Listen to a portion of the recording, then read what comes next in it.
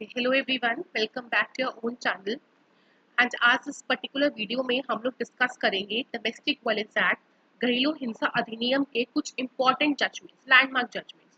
Bare act के साथ साथ हमें जजमेंट्स भी पढ़ने हैं, क्योंकि ये जजमेंट्स ने क्या किया है, बेयर एक्ट के कुछ कुछ एरियाज जो कि ग्रे एरियाज हैं या वो एरियाज जहाँ पे इंटरप्रिटेशन पूरी अच्छे से नहीं है उसको कवर अप किया है।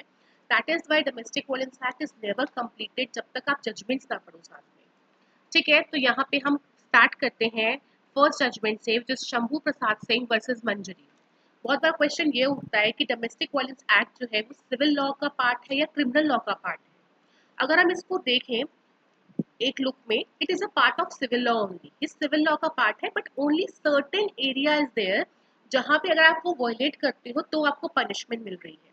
जैसे कि सेक्शन 18, यहाँ पे क्या है, प्रोटेक्शन ऑर्डर अगर आप वायलेट करते हो, प्रत्यर्थी अगर प्रोटेक्शन ऑर्डर को वायलेट कर रहा है तो सेक्शन 31 में आपको कुछ पनिशमेंट मिल रही है। So it that area only criminal है। तो अगर एमसीक्यू से पूछा जाएगा या तो ऑप्शन ये होगा सिविल एंड क्रिमिनल बोथ, तो आप उसको मार्क करेंगे। Otherwise if the option is mainly civil and somewhere criminal, तो एप्रोप्रिएट जो है वो होगा। नेक्स्ट चलते हैं, that is Lalita Topo versus state of Jharkhand. अब देखो इस केस में क्या है, इन दिस केस जैसे कि we have maintenance in 125 CrPC also, है ना, हमारे पास सीआरपीसी 125 में भी मेंटेनेंस है, वहां पे भी क्लेम कर सकती है विमेन मेंटेनेंस, और डीवी में भी क्लेम कर सकती है। तो क्वेश्चन यहाँ पे ये उठा था कि क्या एक एक्ट दूसरे को ओवरराइड कर रहा है या दोनों अपने आप में इंडिपेंडेंट है, या फिर in addition you can claim.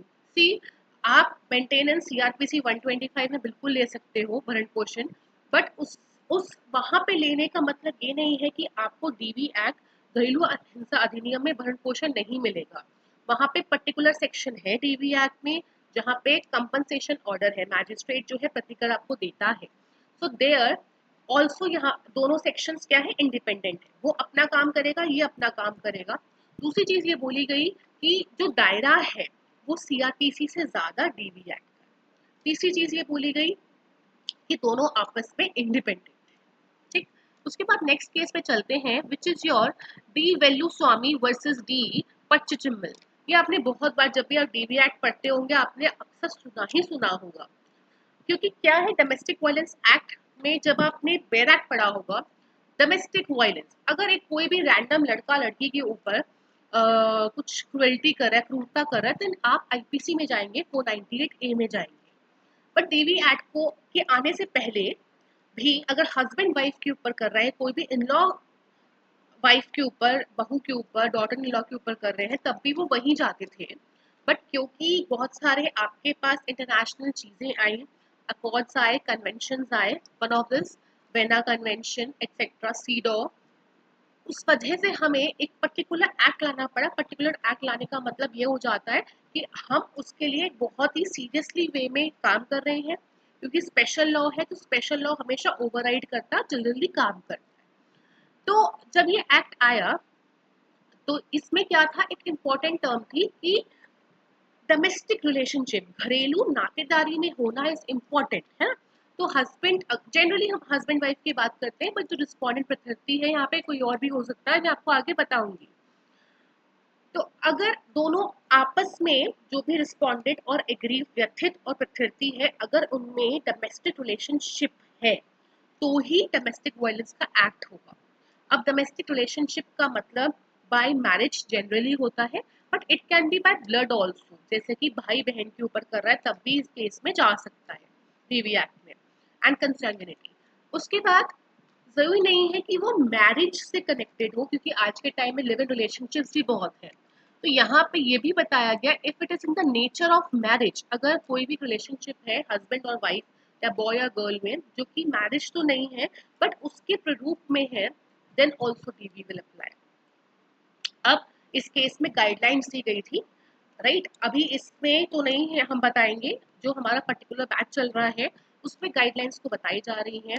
Also for you all people, क्योंकि राजस्थान की डेट्स जो है आउट हो चुकी है, विच इज 16 जून पहले थी, अभी 23, 1 वीक डिले हो गया है। सो ग्रेस टाइम आपको मिल गया है, तो उसका बैच चल रहा है already. And if you want कि आप ज्वाइन करें, इस टाइप से आप केस लॉज लीजिए।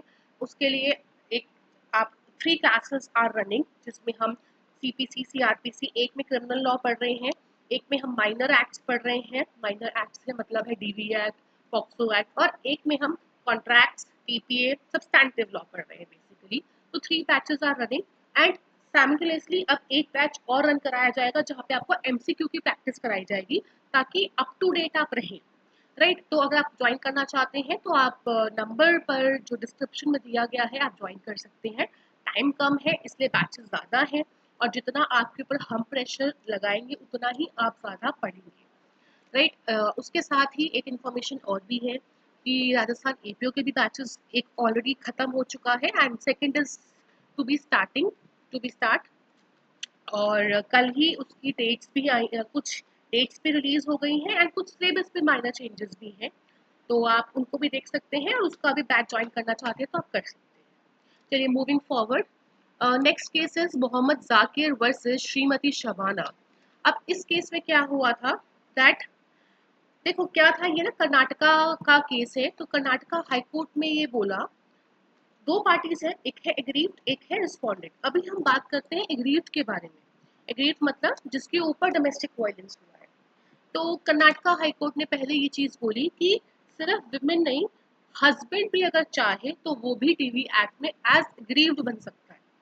बट बाद में सुप्रीम कोर्ट ने उसको ओवरराइड करते हुए ये बोल दिया दैट नहीं, विक्टिम जो है सिर्फ और सिर्फ डीवी एक्ट में सिर्फ और सिर्फ विमेन ही होगी, no one else. Right, this is a present law, supreme court ने इसको ओवरराइड कर दिया था। देखिए एससीसी है। नाउ आगे चलते हैं, इंदिरा शर्मा वर्सेस के Sharma. It is not Sharma, it is Sharma. ठीक, तो ये भी एक केस है, बेसिकली उसी के बारे में ही है। such relationship is not relationship in nature of marriage। यहाँ पर गाइडलाइंस दी गई थी अगेन, राइट, जैसे कि मैंने आपको बताया ऊपर, relationship in nature of marriage, in the same case also guidelines दी गई थी, तो आपको सिर्फ इसको इस तरह से जानना है। नेक्स्ट केस चलते हैं, Hiralal P Harsora versus Kusum Narottam Harsora and others. देखो इस केस में क्या था, हमने एग्रीव्ड के बारे में बात कर लिया कि एग्रीव्ड कथित व्यक्ति जो है वो सिर्फ और सिर्फ विमेन होगा और कोई और नहीं होगा। बट रिस्पोंडेंट की अगर हम बात करते हैं, प्रत्यर्थी की बात करते हैं, बेयर एक्ट में देखो क्या लिखा हुआ है, मेल एडल्ट, अभी भी आज के टाइम में भी।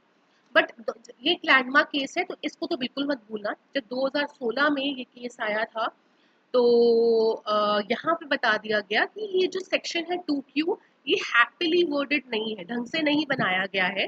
एंड जो रिस्पोंडेंट है वो माइनर भी हो सकता है, नीड नॉट बी एडल्ट, तो एडल्ट वर्ड को हटा दो। वो फीमेल भी हो सकती है, नीड नॉट बी मेल, तो एडल्ट मेल को हटा दिया गया था। राइट, सो एडल्ट मेल को हटा दिया गया था hair.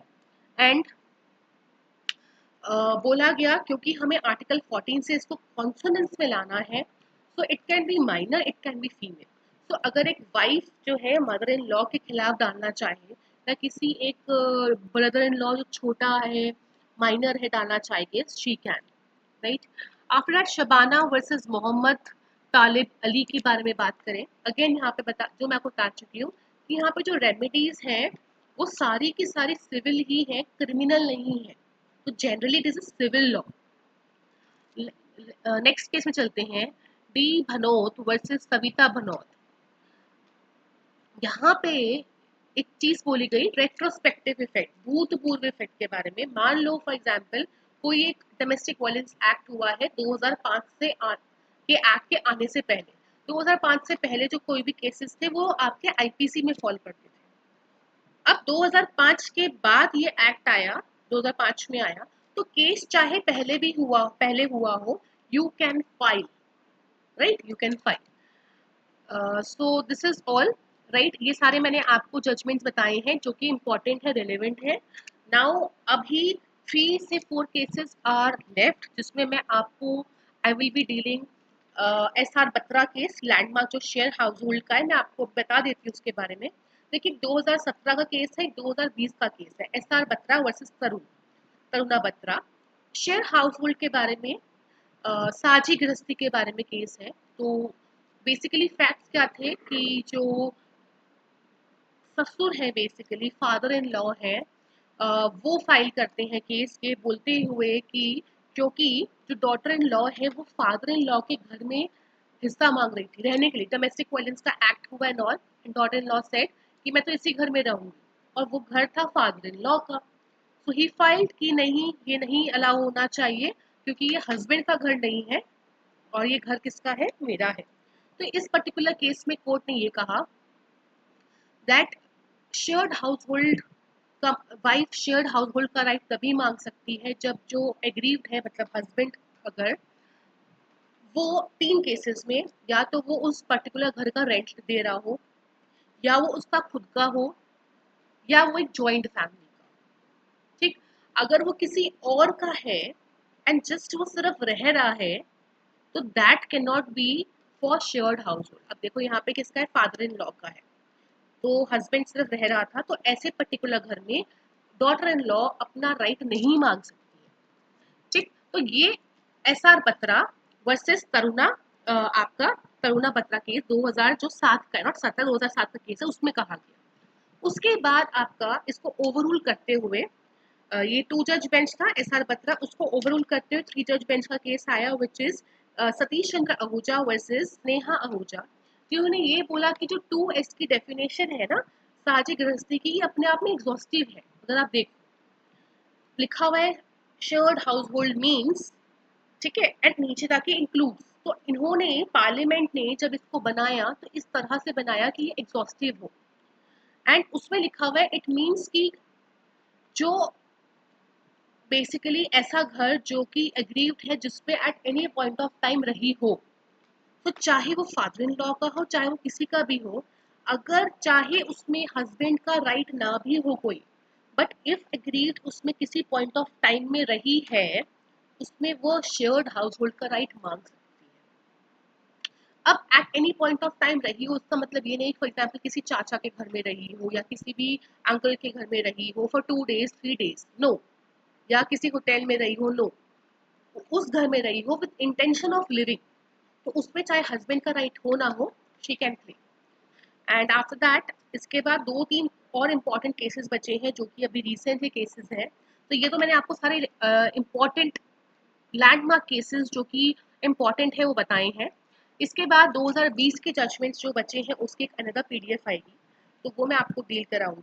With this the case laws are over. इसका मैं आपको पीडीएफ टेलीग्राम ग्रुप पे भी डलवा दूंगी ताकि आपके लिए हेल्पफुल हो जाए। एंड अगर आपको बैचेस ज्वाइन करने हैं, again I am telling you, तो आप नीचे दिए गए नंबर पे कॉल करके यू कैन आस्क।